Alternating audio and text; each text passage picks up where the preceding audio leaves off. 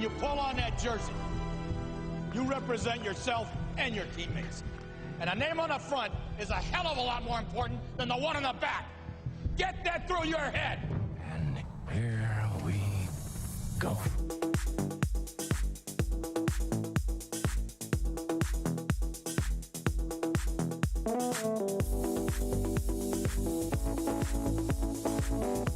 And it is no good. He missed it. Are you kidding me? The season can't end like that.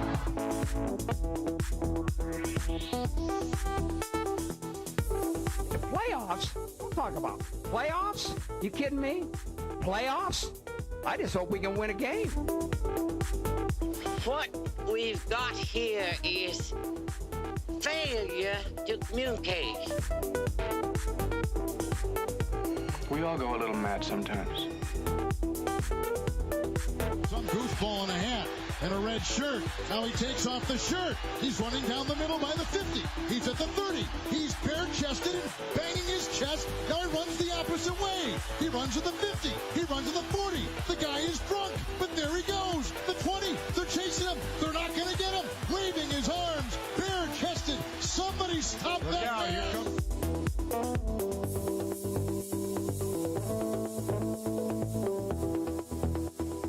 Nobody ever tells me anything, so I'm going to try and tell you everything I know in a short span of time about the SFL. Good evening, folks. I'm Tyler Falk. Welcome to another edition of NETMA. It was great to hear Dave Axis on the air for the first time in a long time yesterday. It was also good to see the debut of Crunch Time. Josh Zirkle and company did an absolutely fantastic job. Hopefully, Ashley Jackson comes back with a vengeance in week 3, as she announced that she is taking a little bit of some time off. But we opened today's show with a little bit of a developing story coming out of Vancouver and Andy Hamilton announcing that they are in the market for a new defensive back.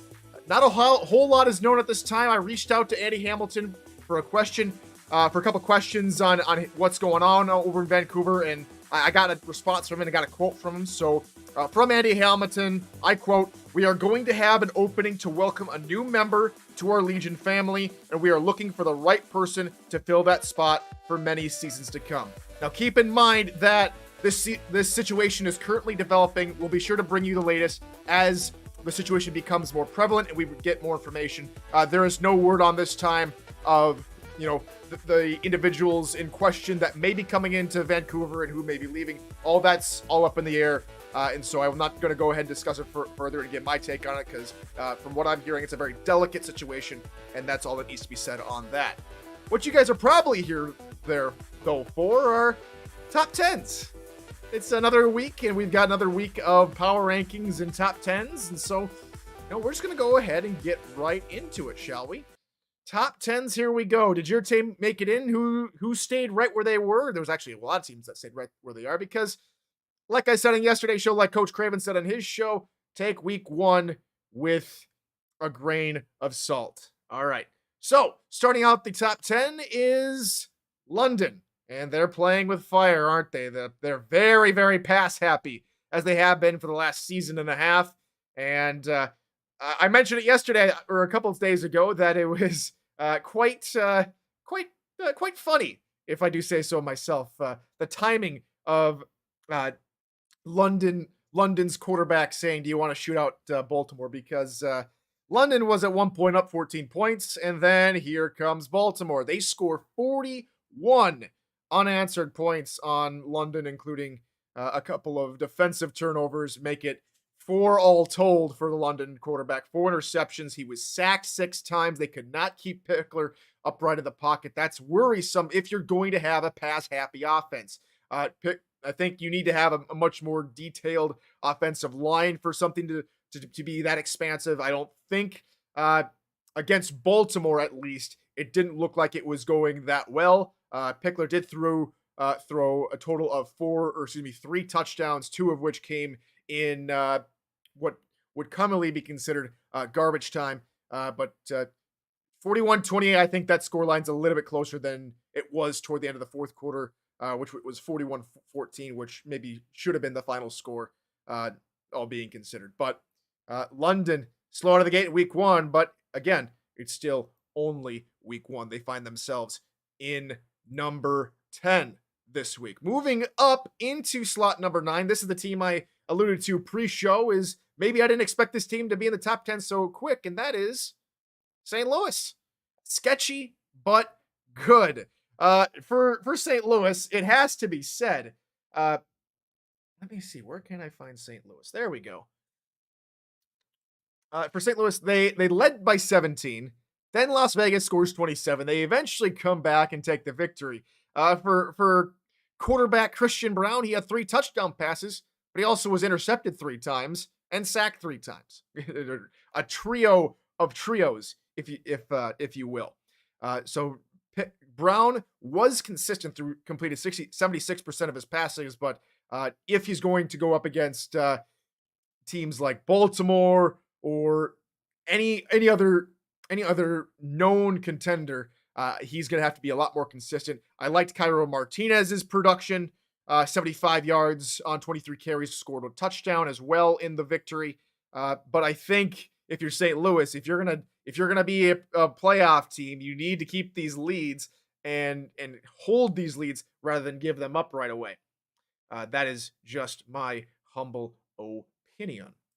Okay, moving on to, let me see if we can do this. There we go. To number 8.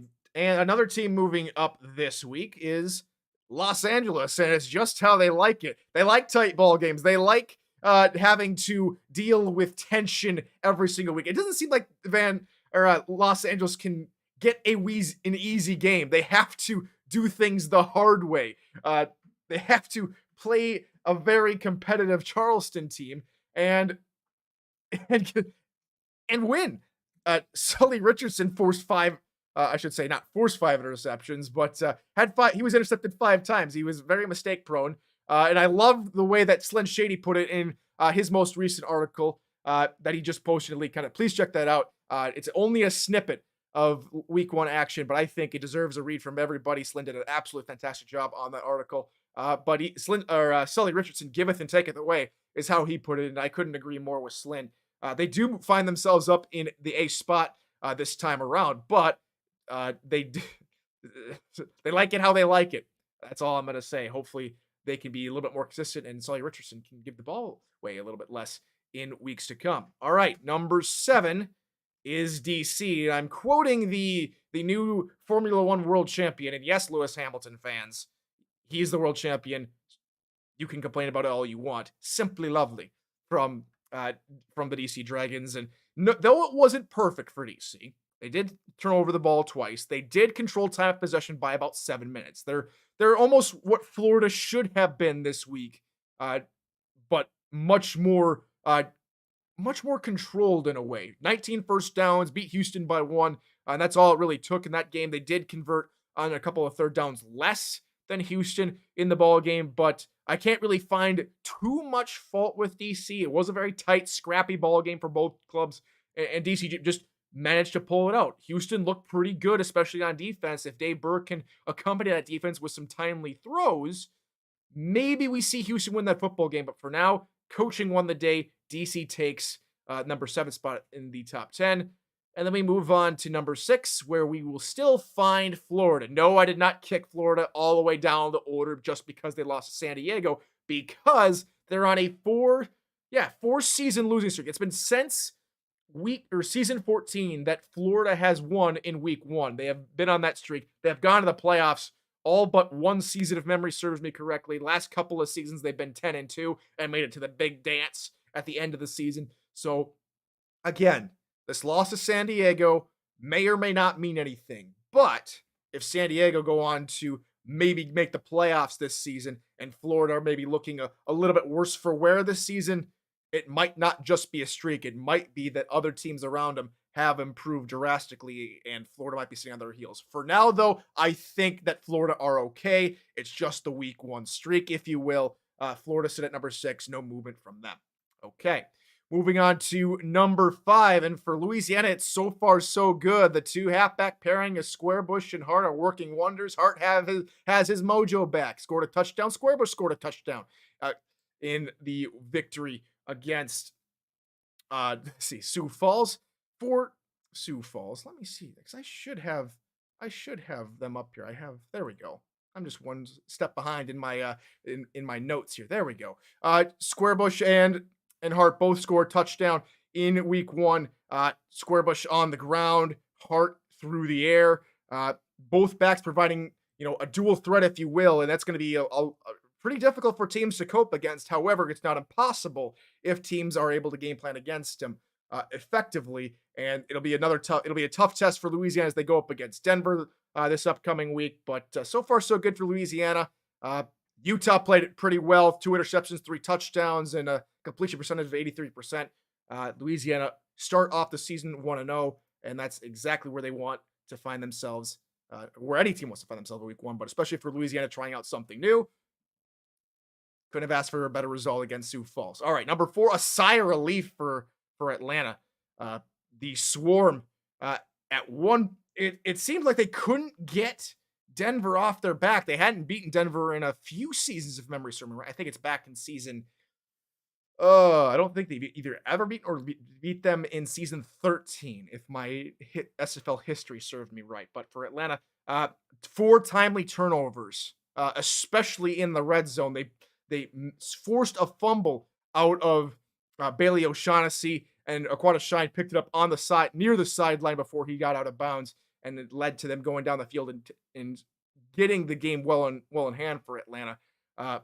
And Denver looks potent. Denver does look potent. It seems the progression from Price and O'Shaughnessy, and Quintero's always been a beast, but the progression from O'Shaughnessy and Price from a season ago are working wonders. Thank you. They beat them in season 16. That's going back for Atlanta to Denver. Again, my history not as good as the Hall of Famer Eddie Gage, and not as some of you, but I appreciate you guys calling me out on that. But timely turnovers, they hold off Denver enough to escape with the victory. Atlanta, I'm trying to remember who they've got. It'll come up on the ticker down below, but Atlanta did enough, I think. They had to do just enough to beat Denver, but Denver are not season 17 Denver. They're a whole new kettle of fish, and I think they'll be just fine going into season 18 to start off the season 1-0.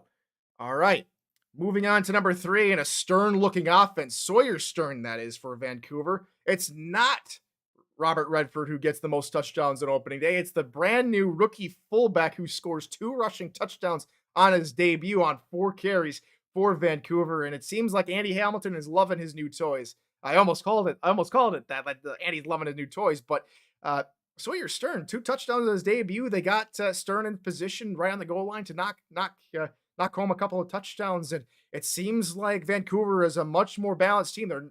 They may not be so pass happy, and Robert Redford may see a couple more touches, but he doesn't. Robert Redford has never needed a whole lot of touches to begin with, but from just comparison, Tom Pepper only had a 32 passing attempts to begin with. They didn't rely on the passing game too much at all, and Tom Pepper had a subpar day in terms of completions. He had just about his normal in passing yards, 375 yards in total, 2 touchdowns, 3 interceptions. However, Vancouver though started off the season rather nicely. Ashley Rose Finch gets a pick 6 in week 1 to rather help secure things for Vancouver over Carolina, though Carolina looked very potent as well in week 1. Vancouver with the win. They stick around at number 3 here in the top 10.